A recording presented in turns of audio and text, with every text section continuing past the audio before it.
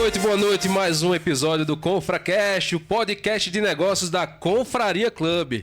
Está sendo transmitido pela rádio Estação FM 88.9 MHz, pelo nosso canal no YouTube, Confraria Club Oficial, e no nosso Spotify, Dr. Kleber. Você que está aí nos ouvindo pelo canal no YouTube ou pela rádio, no nosso canal, se inscreva, compartilhe, mande esse link do nosso canal, desse podcast, para todos os seus amigos que são empresários ou que querem ser empresários, tá? Deixa seu like, comenta, faça sua pergunta e venha participar desse bate-papo conosco. No Spotify vai estar disponível daqui 2 dias para que você possa escutar lá no seu carro, indo para sua praia, para o seu sítio, e escutar esse bate-papo com um grande empresário que a gente está trazendo hoje aqui. Eu sou o Heitor Leal, sou um dos diretores da Confraria Club, e aqui ao meu lado tem o Dr. Kleber Leite. E aí, doutor? Seja muito bem-vindo mais uma vez, hein? Boa noite, Heitor. Boa noite. Posso falar o nome do convidado? Claro. Não, ou deixa assim, em mistério? Pode deixar em mistério. Vamos deixar em Onde mistério. É que tá aqui, ó? Estamos aqui, ó. Segura. Boa noite, convidado. Se liga, boa que tem noite, um convidado pessoal. hoje top, hein? Tá, hoje a conversa aqui, a entrevista vai ser muito, muito top mesmo. Para você que pensa em entrar no ramo do empreendedorismo, ou já está no ramo do empreendedorismo, e também algumas coisas que muita gente passa na área emocional. Você vai aprender uma grande lição com o nosso convidado aqui hoje. Então, já vai compartilhando isso aí, vai mandando para todo mundo, conhecido. Todo mundo precisa ouvir essa entrevista hoje. Com certeza, Kleber. E você não esquece, compartilha, curte, comenta. Tem que participar dessa live, desse bate-papo bacana. Então, o nosso convidado hoje, mais do que especial, nosso amigo e grande parceiro, Lucas Brandão, CEO da Maven Moda Infantil. Seja bem-vindo ao ConfraCast, você que é um dos diretores também da Confraria Club. Cara, quem é Lucas Brandão? Conta pra gente. Primeiramente, boa noite, né, pro pessoal que tá ouvindo aí de casa. Eu sou filho de Dona Flávia e de seu Missinho.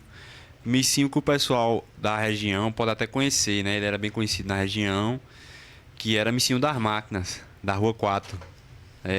Ele era foi um dos pioneiros na área de mecânica na região e veio a falecer durante a pandemia, né? Eu sou esposo de Vitória. Vitória Sobral. Cuidado. Pisei no calo. E também sou pai já, tenho 23 anos.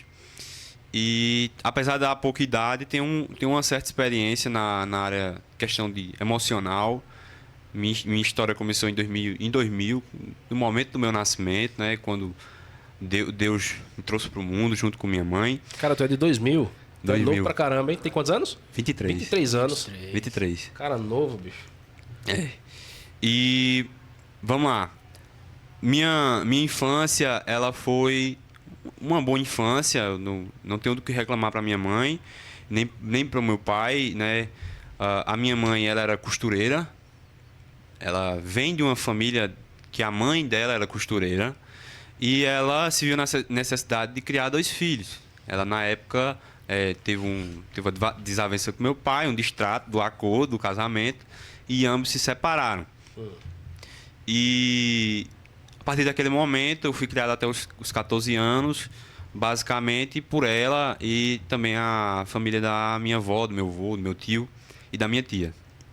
A família geralmente materna, né? E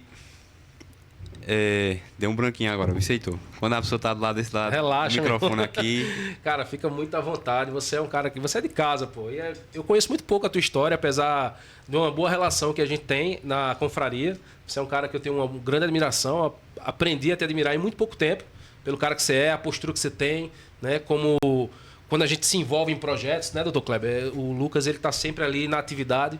E, cara, é muito massa ver um cara novo como você, 23 anos... assumindo uma grande liderança, uma grande responsabilidade dentro de uma empresa do porte da empresa lá de vocês, a Maven. Então, eu me pergunto, Kleber, eu sempre fui um cara empreendedor também, Lucas. Desde muito pequeno. Minha CLT eu só tenho 2 empresas. Foram o Banco do Brasil e a Rota do Mar. As demais foram todas empresas que eu decidi colocar de ideias no papel. Então, eu passei por muitas dificuldades como um empreendedor e acredito que você também, apesar da tua pouca idade. Isso. Cara, fala um pouco da tua trajetória. Como é que você chegou a um cargo tão importante dentro da empresa da tua família e tão novo? Fala um pouco sobre isso. Tudo vai começar, né, na minha adolescência. Durante a minha adolescência, ali na fase de pré-adolescente, eu queria ser jogador, que é o sonho de muitos jovens, e eu não tive o suporte necessário, mas também faltou da minha parte, né? Faltou um pouco da minha parte.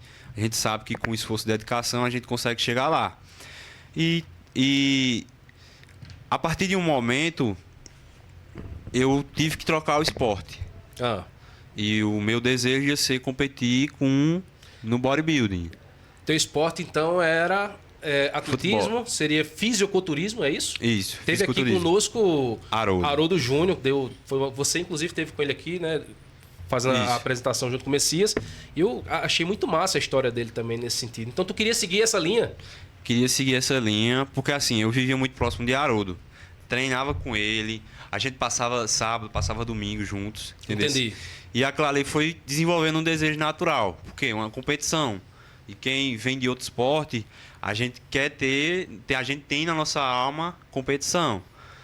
E aí, a partir de algum momento ali, em 2016, não lembro bem o mês, eu comecei a utilizar substâncias. Né? Eu comecei a utilizar substância. Isso não é segredo para ninguém, que quem quer competir em campeonato de fisiculturismo, a gente precisa do suporte hormonal Certo. para que a gente consiga ter um desempenho físico e de construção de massa muscular melhor do que uma pessoa normal. Um natural, ele jamais chega no nível de um hormonizado. Se botar ambos lado a lado, o lado hormonizado sempre vai ter um suporte maior. A gente teve até um caso bem famoso, né, do Ronnie Coleman, por exemplo, né, que devido à suplementação, devido aos anabolizantes que se tomava, né, ele desenvolveu uma doença e ficou totalmente inválido em relação ao esporte, né? Ali do Ronnie Coleman, só abrindo esse parênteses para fechar, pode ser genético dele, ele já nasceu daquela forma e aí teve alguns problemas na coluna, como também pode ter sido desenvolvido pelas altas cargas que ele levantava. Sim. Entendeu? Por exemplo, tem vídeo dele levantando 1 tonelada. Caramba, bicho. Entendeu? Perto de 1 tonelada. Foi justamente devido a esse excesso que ele resolveu ter. Só que tem um Teve porém. um problema, né? Ele foi o maior, ele é o maior até então de todos os tempos. Se ele estava errado ou não, em diversas entrevistas ele fala que ele não se arrepende, por exemplo. Então ele tem a alma competidora. Entendi. Né? E eu tinha desse intuito de competir nesse esporte. E comecei utilizando substâncias. E na época eu era uma pessoa sem acne. Não tinha Lucas, acne. deixa eu só pontuar, assim, porque Fala. muita gente quando fala assim, usou anabolizante, a gente tem que deixar bem claro aqui que existe a substância proibida e existe a substância legal, né? Eu acredito que a que você passou a tomar nesse período eram substâncias legais. Proibida. E lascou. As paradinhas. Cara, o que passava na tua cabeça? Você sabendo que era proibido e tava mesmo assim ingerindo isso dentro do teu corpo, O que se passava? Qual era o teu desejo naquele momento? Por que você estava fazendo aquilo sabendo dos riscos? Ou tu não sabia dos riscos? Não, eu sabia dos riscos. Sabia disso. Mas assim, eu tenho... Não hoje em dia mais, né? Mas eu tenho pra mim que os fins justificam os meios. O meu objetivo final justificava... Passar aquele processo. Caminho que Passar você o tava processo. trilhando ali. Se tu puder diminuir só o ar um pouquinho, isso que eu tô... Aumentar, no caso. Então, pra mim, era justificável. Durante um período da minha vida eu ia fazer aquilo. E depois ia me aposentar no esporte, por exemplo. Esse era um dos meus desejos. Era o teu alvo. No caso, naquela época era o meu teu alvo. objetivo. Meu alvo. Então, tu não Isso tinha- moldou minha mentalidade de hoje. Era por exemplo, queimar as pontes. Hoje em dia tem esse termo muito famoso. Vou queimar as pontes. O Arnold Schwarzenegger falava que não existia um plano B. Só existia o plano A e acabou, e é isso, aquilo ali, e tem que dar certo aquilo. Entendi. E hoje em dia eu ainda carrego um pouco disso. entendeu? Não é um discurso 880. A gente tem que saber ponderar. Mas a gente tem que ter planos e saber do seguinte: eu vou abdicar de mão do curto prazo, Sim. certo? Eu vou abdicar de mão no curto prazo em prol de algo no longo prazo. Ou seja, eu vou fazer um sacrifício por causa de um alvo que eu preciso atingir. Isso. E aí nessa, eu comecei tendo acne. Nessa de utilizar anabolizante. Comecei tendo acne. E aí começou com pouca. E tal. E até que eu não contei isso no bastidor lá porque eu me esqueci. Mas eu fui. Então conta pra gente aí. Não esconda nada. Fui buscar ajuda médica pra reverter o quadro. Na época eu tinha 17 anos, quando eu comecei tomando. E fui pra reverter o quadro, diminuir um pouco a acne. Tava uma acne inflamatória, conhecida como rosácea também. E aí eu falei pro médico, eu digo, olha, eu não quero utilizar nada parecido com Roacutan, E ele me passou um medicamento muito parecido com Roacutan, que começou a jogar tudo para fora, expelir. E aí começou a expelir de tal forma que o meu corpo ele ficou deteriorando com acne. Isso você tinha quantos anos, Lucas? 17. 17 anos. 17 anos. Então, só rapidão, só para recapitular. Esse processo, você chegar até aí, durou quanto tempo? Dos 16 aos 17? Dos 15, dos 14? Durou 1 ano e 6 meses. Então, digamos, de 14 anos até os 17, 15 a 17, você passou por esse processo aí. Não, no caso, eu estou contando o período todo, até inclusive a parte da depressão. Todo o período durou 1 ano e 6 meses, começando com 16 anos. Sim. E terminando ali beirando os 18. Mas a ingestão, por exemplo, dos produtos foi por volta dos 15. Não, 16 também. 16 também. 16, Começou 17 com 16. Só pra gente pegar aqui e recapitular na linha do tempo, né? Isso. E aí, assim, eu era muito imaturo na época, né? Ainda sou pela devida idade, mas na época eu comecei, assim, a olhar aquela situação e dizer, não, vai passar. Aquilo que eu falei, não, vai passar, meu corpo vai se regenerar. Pro pessoal que tá aí em casa, para ter noção de como que era, eu dormia à noite e acordava entre 4, 5, 6 vezes com o colchão de susto de sangue. Porque eram feridas abertas. Né? Era uma acne que não tinha lógica. Hoje, dentro da minha crença, tem lógica. Entendi. Isso o resultado do que você plantou lá atrás em relação aos produtos. Produto e o uso errado de medicamento. Entendi. Vou contar por quê. Já eu conto. E aí, pro pessoal ter essa noção, eu dormia e com o passar de alguns dias eu tive que botar uma toalha para servir como manta para não passar o sangue da toalha para pro colchão, porque não conseguia mais. Eu tinha um travesseiro. Eu tinha um travesseiro que era específico para mim, para não sujar o restante dos travesseiros da casa. Porque qualquer travesseiro que botava, no outro dia ele estava sujo de sangue também. Caramba. Então, aquilo ali para mim foi um choque, que após 28 dias eu parei de tomar o medicamento e não tinha mais reversão. Fiz exame de sangue. Um exame de sangue normal, ele dá 6.000 glóbulos brancos quando você está doente. O doutor pode falar disso também. Uhum. O meu, ele estava com 20.000. Entendi. Com 20.000. Então, bem ele acima do bem acima. permitido. Eu estava com um quadro... Do... eu estava com um quadro de infecção generalizada que, se passasse pro sangue, era caixão em vela preta na hora. Entendeu? Entendi. Então, vamos lá. Voltando agora para a parte dormir e tal, né? Eu não conseguia ficar em posições que fossem, por exemplo, em pé. Minha posição natural virou ficar com a mão na cintura, porque era a única posição que eu ficava confortável. Caramba. E aí, após algum tempo, eu comecei a desenvolver algum problema na coluna. E um dia, uma certa manhã, eu acordei e eu não consegui levantar da cama. Além das feridas, eu também tive esse problema de não conseguir levantar da cama. Até hoje eu não tenho explicação, já fiz exame, já fiz... Na coluna, mas tu não conseguia movimentar as pernas? Não. Eu conseguia movimentar o restante do corpo. Não fiquei... Mas doía muito? Doía muito, ao ponto de eu não conseguir me levantar. Entendi. Então, qual foi a solução mais prática? Eu me entupia de analgésico, Por exemplo, tomava 8 analgésicos no dia, forte, inclusive. E comecei a fazer tratamento. Nesse período, estava um período de férias na escola. Então, era em meados de... Começou mesmo, assim, um impacto grande.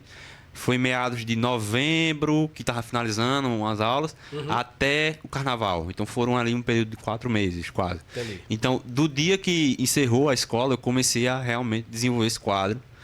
E comecei a ficar de cama, né?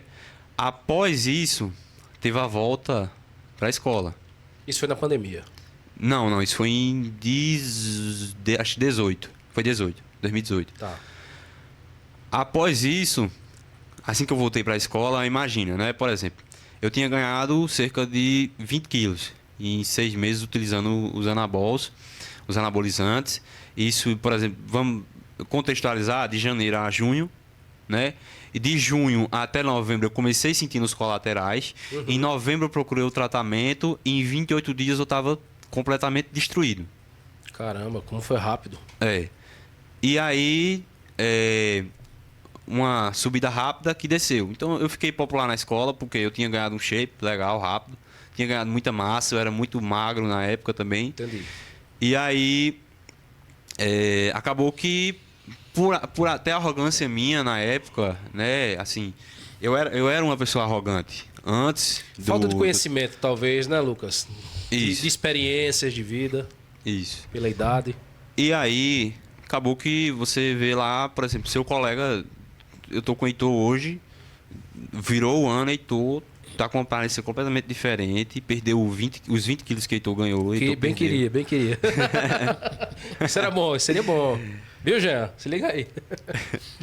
E aí, fui rejeitado por muitos colegas, alguns poucos que ficaram comigo na época, né? Assim, que não... Fizeram que não viram. Não, tá normal. Né? Eu lembro bem... E eu lembro bem quem falou coisas que não é interessante para mim. Deve machucar pra caramba, hein, isso aí. Inclusive, Heitor, também professores e coordenadores. É mesmo, rapaz. Pessoas que poderiam estar te auxiliando no processo e educando outras pessoas para terem a mesma sensibilidade, né? Naquela questão tua ali. Estavam te julgando. Teve uma professora específica, que eu não vou citar nome, né? Ela, no meio da aula, ela disse assim, tu tá destruído. Junto com um amigo meu também, da época, né? E eu acredito que se minha mãe estiver escutando, ela não sabe disso. Eles sabiam que isso era o resultado do que você vinha fazendo em relação aos anabolizantes ou não? Não. Acredito que não, porque eu não externei isso. Né? Acho que do meio do ano, mais ou menos, que eu externei isso, do que é que eu tinha passado. Porque até então eu tinha ficado calado. As pessoas só sabiam que eu não fui em janeiro. Entendi. Por alguma razão. Não sabiam o quê? Não sabiam o quê. E quando eu apareci depois do carnaval, em fevereiro, e elas souberam. Então, a partir disso, Heitor, eu comecei entrando num quadro que foi até o que eu estava comentando com o doutor, e ele trouxe o termo técnico de autodestruição. Autorrejeição. Autorrejeição, isso. Então, a partir daquele momento, eu não conseguia mais me olhar no espelho. Eu não me identificava daquela forma, porque a autoimagem, lida com a autoimagem. Sim. Então, aquilo ali para mim foi um choque. E tudo o que eu tinha, digamos assim, de ego do ser humano, ele foi quebrado ali naquele momento. Né? Por exemplo, o sentimento de pertencimento, ele acabou ali, morreu. O Lucas, que era o popular da escola, ele já passava a não ser mais, digamos assim. Isso. E aí, eu comecei a entrar num quadro de autorrejeição, de não me aceitar, de não conseguir me olhar no espelho, porque eu não conseguia me enxergar daquela forma com que eu estava. Entendeu? Eu fiquei durante 1 ou 2 anos ainda, com 1 ano, eu acho, com o meu rosto roxo aqui, entendeu? Como se realmente tivesse um sangue que tivesse apodrecido ali, entendeu? Entendi. Então, após isso, após esse período que eu fiquei assim realmente muito mal, que eu acho que eu entrei em depressão, né? Porque o pessoal diz que depressão não tem cura. É um termo popular, digamos. Então, se eu fui curado, então para mim eu não entrei em depressão, por exemplo. Essa é a constatação que eu tenho, legalmente falando, Sim, sobre o termo. Quem vai poder explicar melhor é até o doutor. Mas, após esse período, eu tive um choque de realidade com meu irmão. Meu irmão, pode ser que ele esteja me escutando ou não, agradeço a ele sabe disso. Mas meu irmão, ele não é nada amoroso com palavras. Ele não é uma pessoa Entendi. desse É o famoso caba bruto. É o cara bruto. É o casca grossa. E aí, assim, ele me viu naquele estado e me tratou não com pena. Ele me tratou como ser humano. Entendi. Ele foi sincero contigo, jogou a verdade que ele enxergava, talvez. E como é que tu assimilou isso aí? A partir daquele momento, Heitor, eu comecei saindo. Comecei saindo aos poucos, eu digo, realmente, ele tá certo. Qual a palavra que ele usou naquele momento que realmente causou impacto? Daquela Tu não é assim. pancada. Tu não é assim. Eu lembro dessa. Essa Tu foi que não é assim. mais impactou. Tu não é assim. Ele falou isso. E falou palavrões também. Eu não vou citar. É ótimo, fala palavrão nesses momentos, é a coisa melhor do mundo. Pra dar o impacto, né, Cleber? É, porque assim, a gente tem muito essa questão, pela educação que a gente tem, a gente tem muito essa questão de não fala palavrão, porque é feio e tal. Politicamente correto. É, o politicamente correto. Só que assim, o palavrão, ele na verdade, ele não é uma coisa ruim. Ele é uma coisa que traz realidade. Entendeu? Por exemplo, se a gente tá conversando aqui, de repente eu olho e não, o Heitor é um cara muito educado, o Heitor nunca vai falar isso. De repente o Heitor fala, então quebra aqui um tabu comigo Sim, e eu vou entender o seguinte, esse cara é ser humano como eu. Entendeu? Então assim, quando a gente utiliza muito essa questão do palavrão, a gente humaniza. Então cria uma conexão muito forte ali. Quando o seu irmão, por exemplo, mostrou através de palavras grossas, através de palavrões principalmente, o tu não é desse jeito, cacete, tu não é desse jeito, caramba. Ele humanizou, então o que fez a virada de chave foi justamente essa conexão. Ele te trouxe pra realidade, né? Puxou pelas orelhas. Então, assim, durante esse período, uma das pessoas que mais me apoiou foi minha mãe. Vocês sabem, mãe é mãe, tem ponto de correr. Eu não dormia, ela não dormia. Ela viu eu levantando de madrugada, não queria acordar ninguém, mas ela ia no banheiro, saber o que estava acontecendo. Perguntava, via. Então ela foi um pilar muito forte para mim na época. Entendi. Provavelmente sem ela não Teria sido mais difícil. teria sido mais difícil.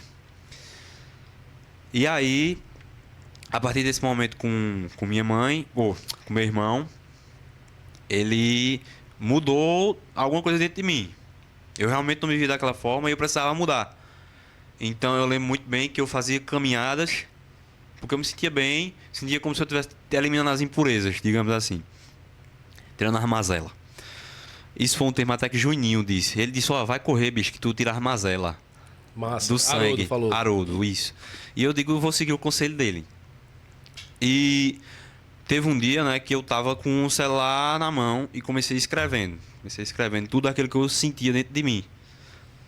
E também, eu não disse a vocês, mas eu lembrei. Mandei áudio. Como se fosse num grupo fechado, só eu, desabafando comigo mesmo. E a partir daquele dia também foi outra virada de chave pra mim. Eu decidi que eu não ia viver uma vida daquela, que eu não nasci pra ser daquele jeito.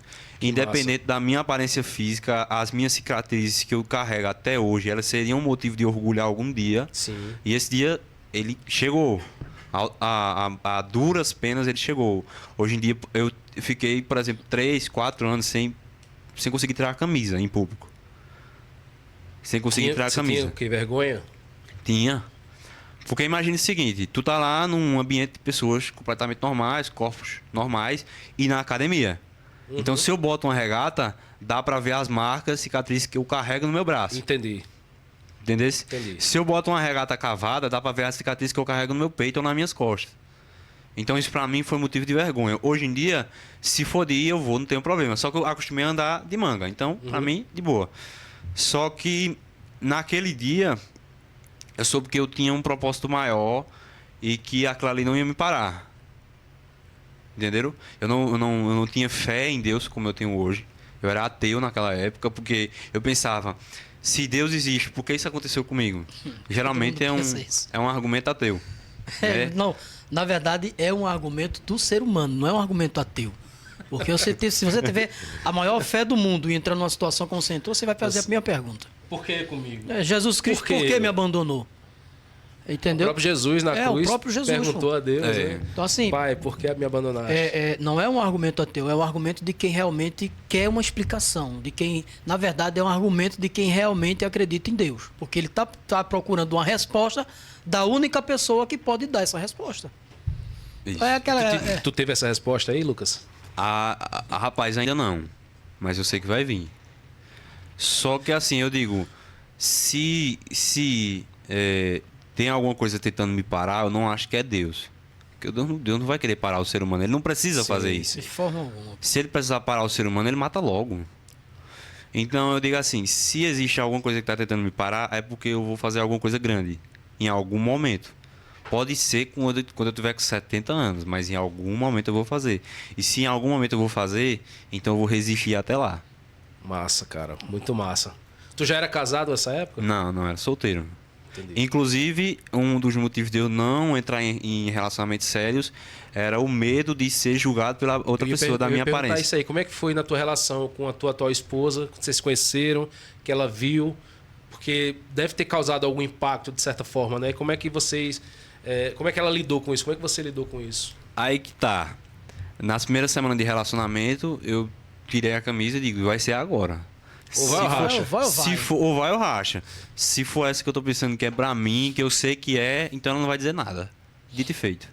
Que massa. Alguns meses depois, eu nem disse nada. Eu disse, olha, quando eu tirei a camisa lá naquela vez, eu tenho uma lembrança assim, mulher, vocês sabem, mulher tem uma memória que, meu irmão, Incrível, não é? incrível. Tem. Ela vai poder explicar um melhor. HD limpo ali. Mas ela disse assim, não, eu vi e achei que, tipo, não ligou, né? Então, naquele momento eu soube que ela não tava por aparência. Até porque eu não sou um cara tão bonito assim. Tô rindo é Mas, porque você que tá dizendo aí. Não vou falar nada sobre isso não, viu, doutor Kleber? Eu sou mais sincero, vou ficar calado. e aí, isso pra mim foi um empecilho também de relacionamentos. Imagino que seja. Só que assim, Tenha sido, né? durante a adolescência eu tive muitos erros. Assim como todo adolescente comete. Né? Um dos erros, por exemplo, eu acredito que Vitória saiba, foi que eu traí a confiança de uma pessoa durante a adolescência. Certo? Eu tinha uma namorada na época, isso é tranquilo de falar, e eu traí essa namorada. Então, o meu código de ética não permite isso. Se eu disser, Heitor, eu sou leal a você, Heitor, eu vou ser leal. Independente do que Heitor faça comigo, eu sou leal. Porque uma coisa é eu confiar. A confiança, ela é uma via de mão dupla. Dupla, com certeza. Agora, uma lealdade, ela é uma via de mão parte única. do individualismo, Ela Isso aí. parte do individualismo. Então, eu tinha um espírito arrogante na adolescência. Todo adolescente é natural que ele tenha um espírito de arrogância. Mas só que o meu, ele estava demais também. Então, eu acredito que aquele também foi um propósito de Deus na minha vida para tratar e me derrubar, Pra me frear quebrar. você naquele momento ali, digamos assim. Para frear. Para o quê? Ainda não sei. Algum dia eu vou ter uma revelação, eu tenho certeza disso. Sim, sim. Então, para não estender muito a história, porque são vários detalhes e a gente vai contando, vai lembrando, vai Exato. contando, vai lembrando, vai contando, vai lembrando. Mas esse foi o fato principal de você ter entrado na depressão. Isso. Que foi a questão do resultado dos anabolizantes no teu corpo. Né? O que ele causou em ti e na tua saúde. Isso gerou em você a autodestruição de imagem, Isso. né? Que te levou à depressão, digamos assim. Aí que tá, aí é o detalhe que eu vou contar. Anos depois, eu tomei. E não tive o colateral que eu tive. Não tive o colateral. Cara, mesmo passando por Voltou tudo que você a fazer passou, novamente. Mas você qual, fez, qual, cara. Eu qual foi o fiz. propósito? Fazer de novo. Testar. Eu queria saber se realmente foi erro meu ou se foi erro médico. E eu constatei que foi erro médico. Não era para ele ter receitado aquele medicamento naquele momento. E ele receitou. Entendesse? Caramba. Mas Eu foi corajoso, hein? fui. Mas assim, eu precisava tirar isso da minha consciência. Entendesse? E eu- Fechar esse ciclo aí Fechei. e deixar isso no passado. Isso. E fechei. Faz 2 anos, eu acho. Entendesse? Faz 2 anos isso. Então, após isso, Heitor, após eu ter mandado os áudios, escrever e tudo, e começar a ter uma mudança de chave, eu resolvi que eu ia pro esporte. Eu ia fazer educação física, fazer faculdade, ia fazer consultoria online ou presencial, que é algo que eu gosto, é o esporte. Uhum. Então, no dia que eu ia começar a faculdade, era pandemia, já estava quase no final da pandemia. E eu lembro muito bem que eu tava com um boleto lá para matricular na faculdade. Eu já trabalhava, na época, já trabalhava com minha mãe na empresa e já tinha rodado em algumas funções. É isso que eu ia te perguntar, porque você falou já de ir para a faculdade, mas nesse momento, então, você já atuava no comércio da tua família. Atuava sim. Na verdade, desde o princípio Com quantos anos, mais ou menos, você começou a trabalhar junto com a tua família? Na Maven? Já era Maven? Não. Era outro nome, eu não tô lembrado agora. Sim. Mas com quanto tempo você começou a trabalhar com eles? A adentrar o mundo do empreendedorismo? Rapaz, eu tenho memória desde uns 12, 11, talvez até menos. Entendi. Eu comecei, né? Porque na pré-adolescência, digamos assim. Na pré-adolescência. Ia pra feira, prestava conta, fazia separação de mercadoria. Por um tempo eu fui estoquista, eu já fui almoxarifado, já fui auxiliar administrativo, sou ainda uma parte do departamento pessoal recursos humanos, sou vendedor, entendesse? Sim. Então, eu já trabalhava e tava para pagar o boleto. E aí nesse dia meu pai ficou doente e pouco tempo depois ele faleceu. Então no dia que ele ficou doente, eu tinha o sentimento que ele não ia voltar, só que eu não compartilhava isso com a família. Teve um dia que eu compartilhei isso com minha família. Então, após isso, eu resolvi não entrar e resolvi que eu deveria focar na empresa da minha mãe, porque ela ia precisar de ajuda. Sim. Né? Assim, ela ia precisar de ajuda operacional. Meu pai, por uma boa parte do tempo, ele quem tomava conta de produção e minha mãe ficava no administrativo. Então, a partir daquele momento, alguém tinha que tomar conta da produção e alguém tinha que tomar conta do administrativo. Eu não tinha conhecimento técnico do administrativo. Ainda estou galgando um conhecimento mais técnico do administrativo. Só que uma coisa que eu tenho é muita vontade. Isso faz toda a diferença. Então, assim, eu acordava 5 da manhã e estudava. Entendeu? Estudava sobre empresa. Chegava em casa, ou eu estava trabalhando, fazendo algum trabalho a mais da minha função para melhorar algum processo, ou eu estava também estudando. Entendeu? Então, a partir disso... Tá bem direcionado. Beleza. A partir disso, eu comecei... Rapidinho. Deixa. Aproveitar, rapidão, para você que está no nosso canal no YouTube, você que está no nosso Instagram, da Confraria Club, segue a gente, compartilha, deixa seu comentário aí, vai lá, a gente tá ao vivo também numa live lá no Instagram, então segue a gente, participa aí fazendo perguntas, tem muita coisa boa, o Lucas tem muito conhecimento, doutor Kleber, muito conhecimento mesmo, pela pouca idade que ele tem, e passou por muitos processos para chegar onde chegou, né? Então eu tenho uma trajetória já, mesmo sendo muito novo, muito interessante. 23 anos, 23 anos, uma experiência de vida, né, que muitos ainda não têm, mas espero que tenham, porque a experiência de vida é o que faz o ser humano crescer. Verdade. Né? Mas também tem uma grande experiência, né, Heitor, na área do empreendedorismo, que é o que a gente também quer. Tem entusiasmo, pontuir aqui. Busca conhecimento, está sempre atento às inovações, o que isso é muito interessante. E eu queria frisar um código que você falou agora há pouco aí, que quando você passou pelo processo, você precisou refazer para saber se aquilo foi o erro médico ou não, né? Então você fechou o ciclo ali, isso, de uma forma que você deixou aquilo no passado e isso hoje não remói mais na tua mente. Não. Você fica com a mente livre para buscar novos caminhos. Isso. Né? Eu acho que isso é um código bem interessante, viu, Kleber? Poucas pessoas fazem isso. Muita gente fica presa lá no passado. Fica presa no ciclo, não deixa o ciclo fechar. E assim, um dos maiores motivos das pessoas não saírem da depressão é justamente não fechar o ciclo. Eles não saem, Exato. não querem, fica trazendo aquilo ali, aquela bagagem, e aí o que acontece? Quer sair da depressão, mas não sai porque não, vamos lá, usar um termo grosso aqui, e até insensível. Não sai porque não quer. Que eu tenho assim, é uma opinião pessoal minha. Depressão, ela não é doença. Eu nunca enxerguei depressão como doença. Eu sempre gosto de usar o exemplo seguinte. Você feliz, alegre, você tem depressão? Não. Não tem. Até porque a alegria, a felicidade é um momento ali... É o contrário. Depressão é tristeza, depressão é angústia, depressão é rejeição, depressão é achar que você é pior do que os outros. Doutor Kleber, só pontuando essa sua questão aí, eu vejo algumas pessoas falam sobre esse assunto e falam o seguinte: depressão é você viver no passado. É justo. ansiedade e viver no futuro. Justo. Né? E você tem que fazer viver no presente Isso. para trilhar o seu Para caminho. poder trilhar e criar o E teu não ficar, futuro. não ficar preso ao passado e ao futuro. Pois, né? Porque E você assim- não faz nada. Né? E assim, aí tem pessoas que tá, mas tá falando porque não sabe, porque não passa. Caramba, eu passei por esse caminho também, eu conheço esse caminho.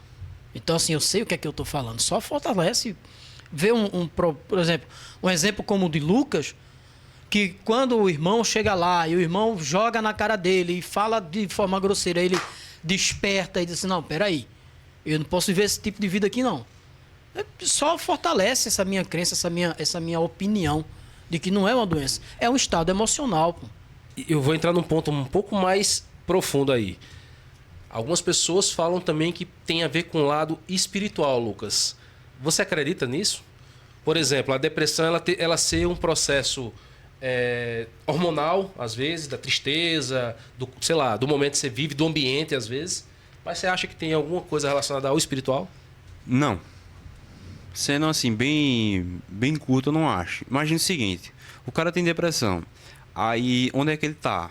Ele tá no fundo do quarto, no escuro, sem tomar luz solar, um exemplo. Exato. Vitamina D, que é essencial, é como se fosse um hormônio, o doutor sabe. Exato. Uhum.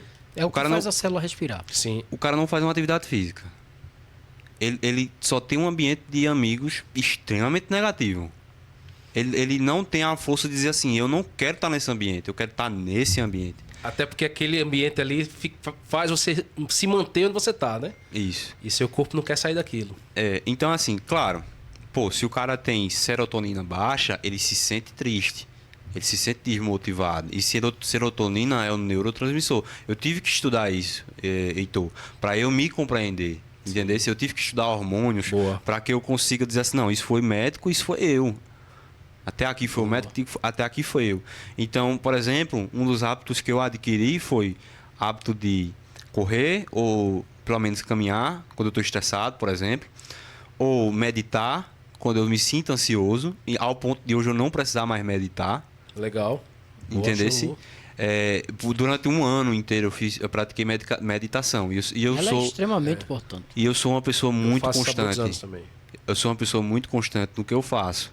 Então, por exemplo, se eu disser assim, Heitor, tô entrando de dieta hoje, vai bater, pode fazer o que for, eu vou fazer.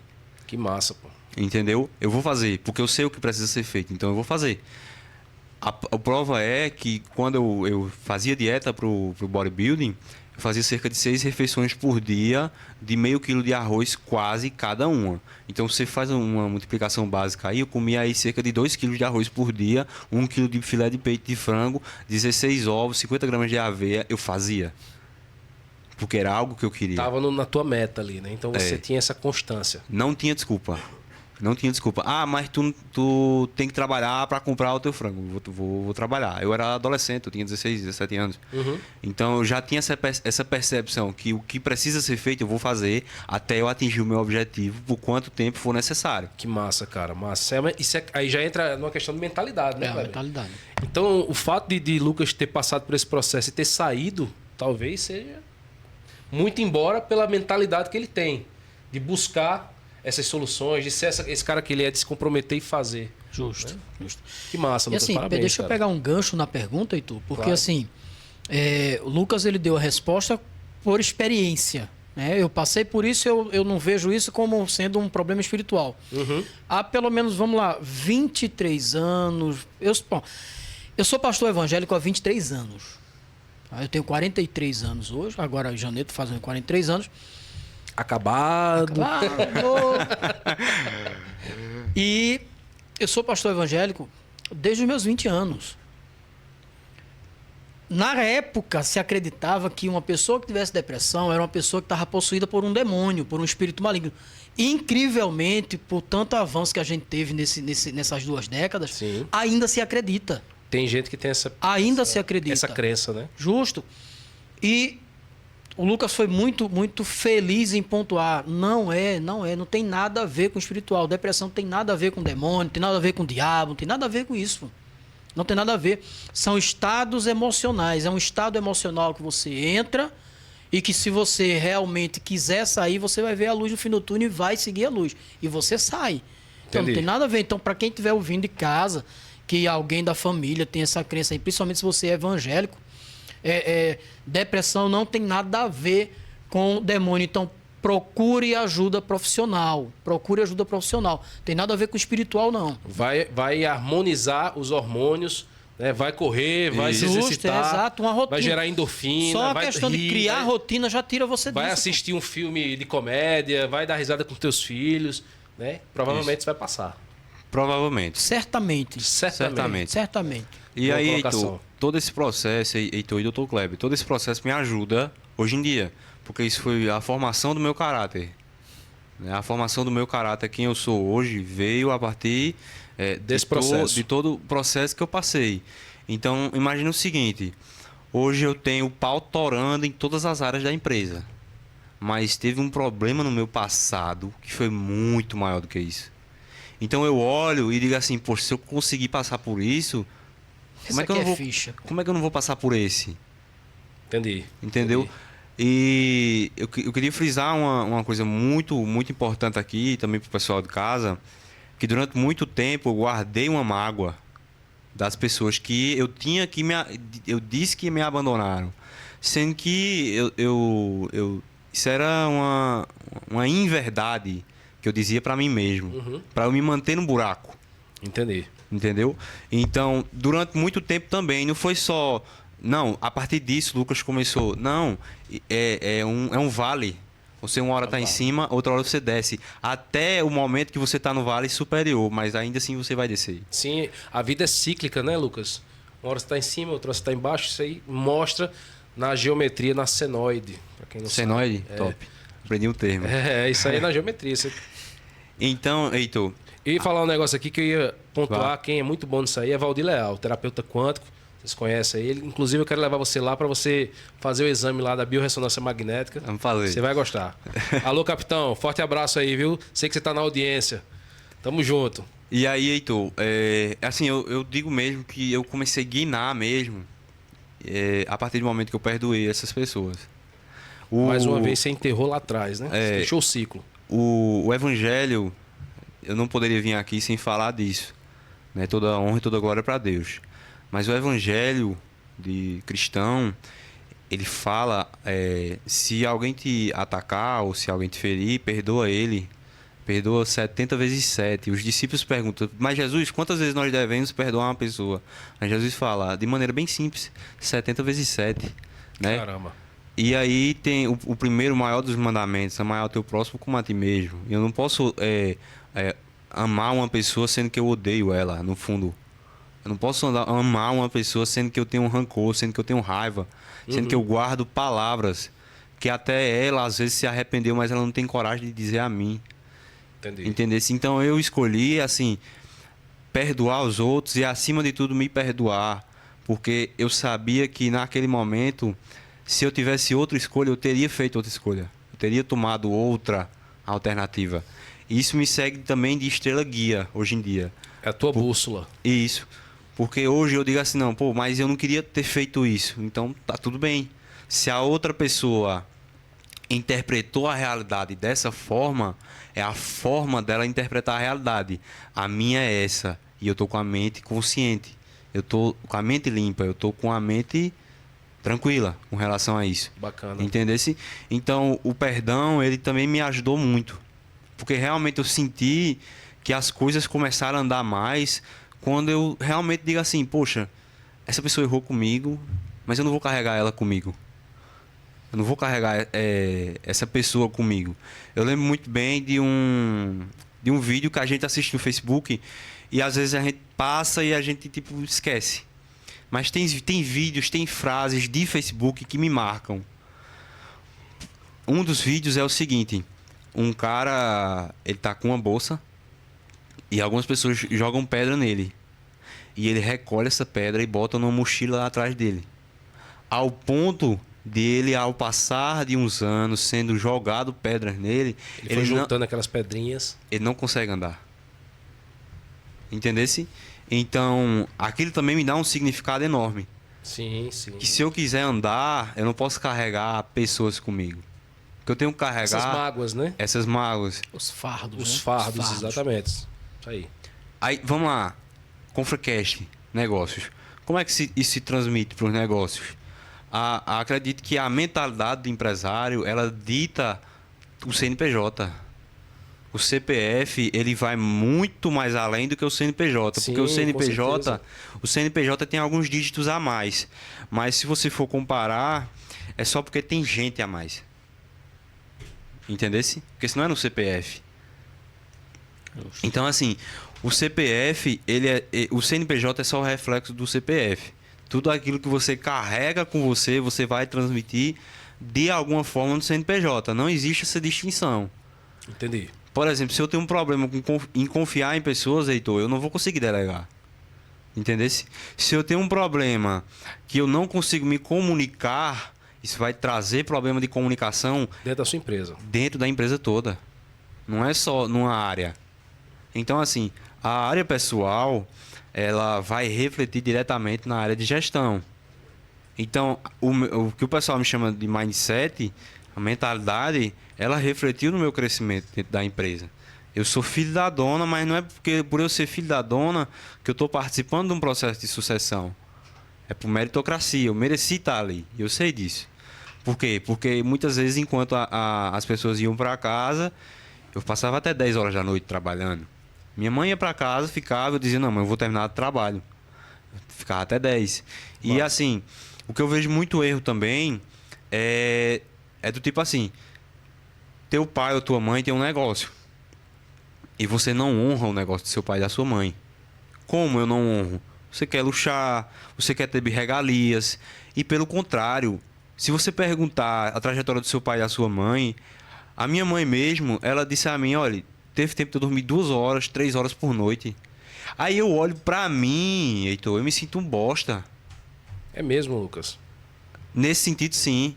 Porque eu digo, poxa, velho, se ela com 30 e tantos anos, entendeu? Tinha esse pique, eu com 20 e poucos não vou ter, pô.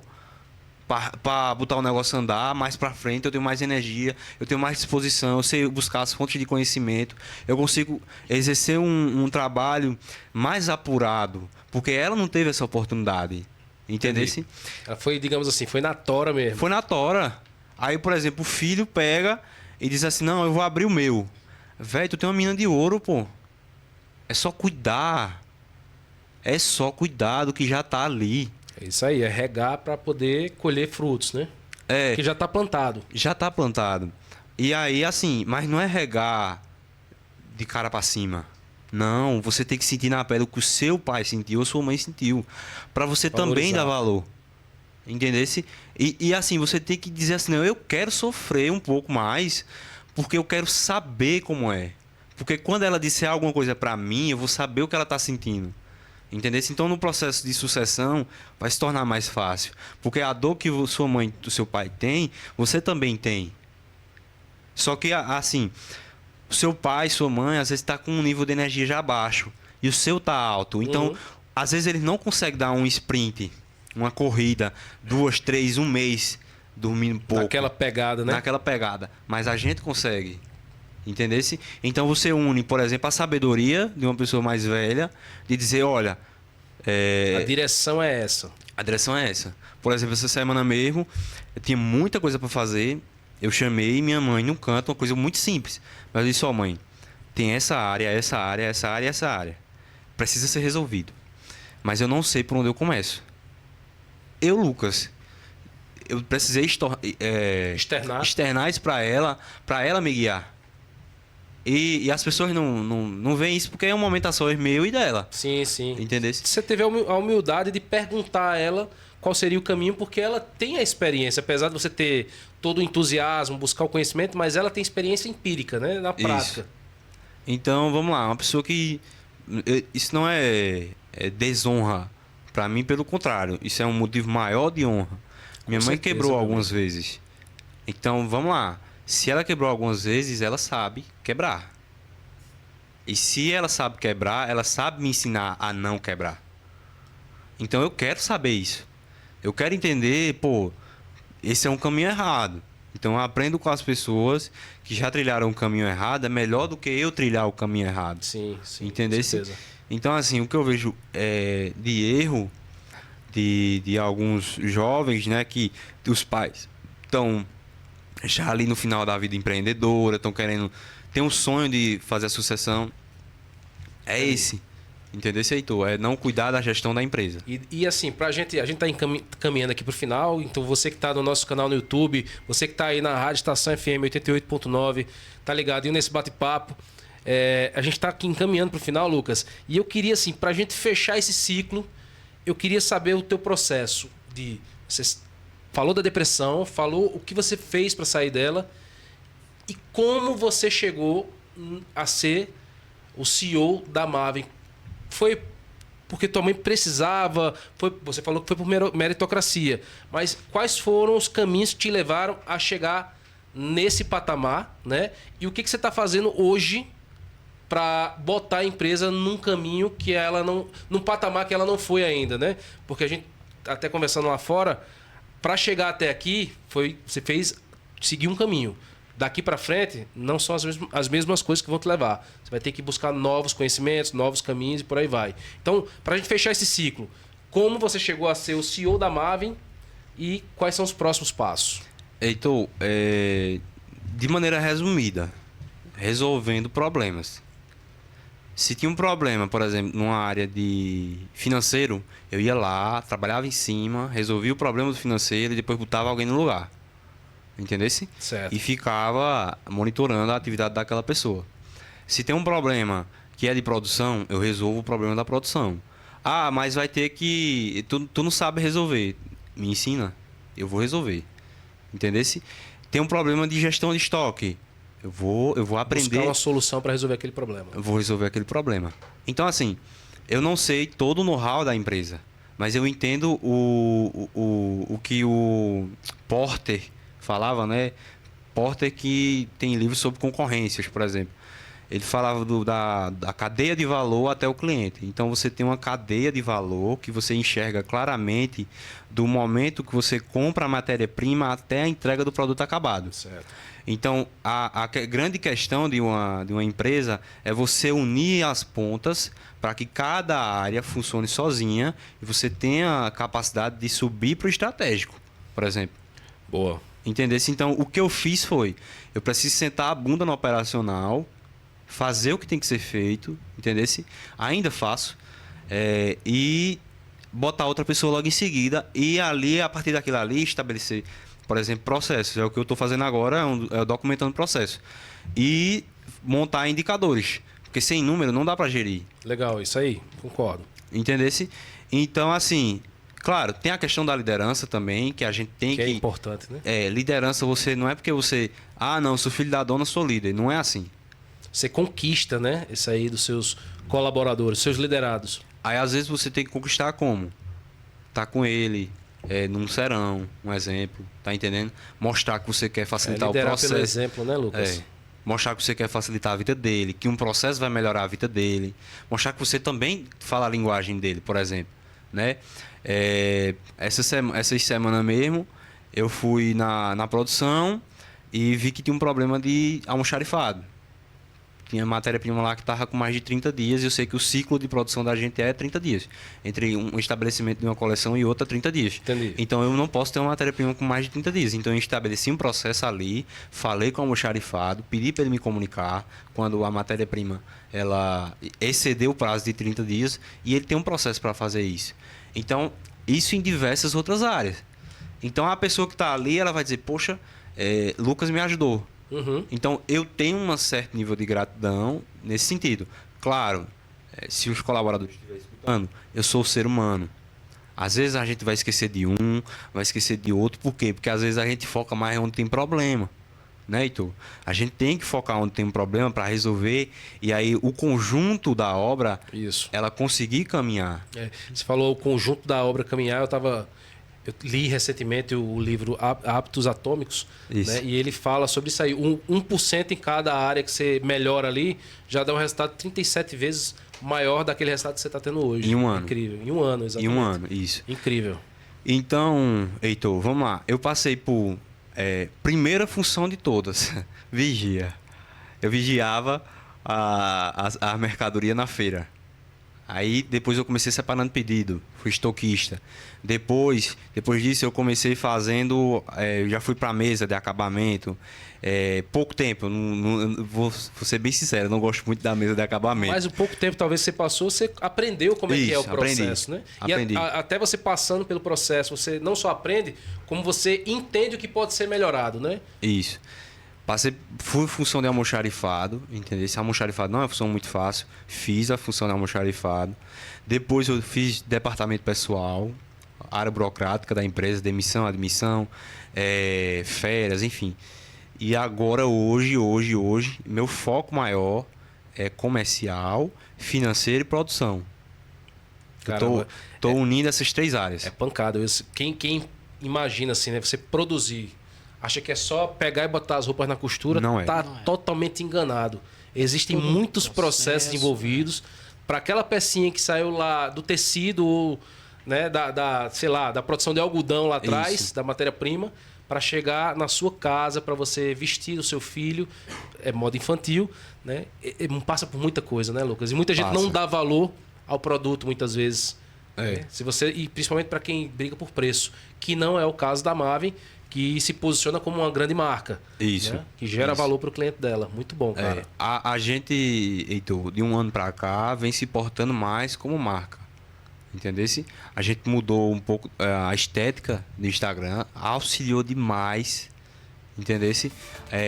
Adaptou também um atendimento online, que auxiliou também. E assim, a gente vem adotando algumas estratégias que vem possibilitando, por exemplo, um maior ticket médio do produto. Massa. Entendesse? Hoje a gente, por exemplo, tem uma esteira de produtos. Então o cliente ele chega lá comprando um produto de abertura, mas ele também tem um produto premium.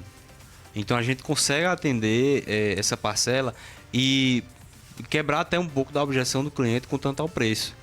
Porque nossa região ela é muito forte nisso, né, Lucas? Preço. Quebrar essa objeção de preço, do cliente vem buscar preço, é difícil.